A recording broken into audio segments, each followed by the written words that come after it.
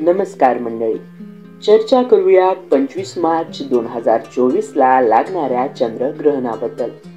हे चंद्रग्रहण एक उपछाया चंद्रग्रहण असणार आहे।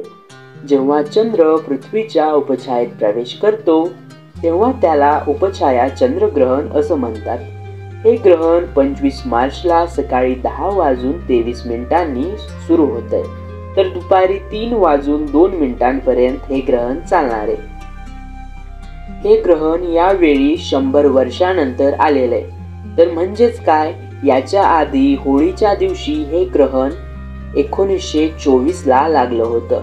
होळीच्या सणाला चंद्रग्रहणाचा योग हा 100 वर्षानंतर घडून आलाय। तर आता बोलूयात कोठे कोठे हा ग्रहण दिसणार आहे याच्याबद्दल। 25 मार्चला लागणारं चंद्रग्रहण उत्तरेस पूर्व एशिया, युरोप, ऑस्ट्रेलिया, आफ्रिका, उत्तर आणि दक्षिण अमेरिका या भागात दिसणार आहे।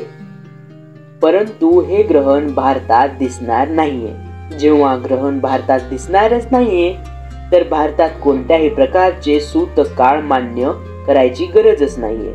हे ग्रहण भारतात दिसणार नाही म्हणजेच होळीच्या सणावर याचा काही खासा परिणाम होणार नाहीये।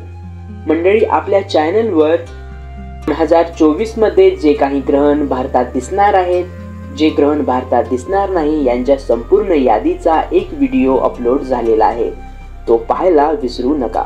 व्हिडिओ कसा वाटला ते नक्की कळवा। चॅनलला सबस्क्राइब करायला विसरू नका।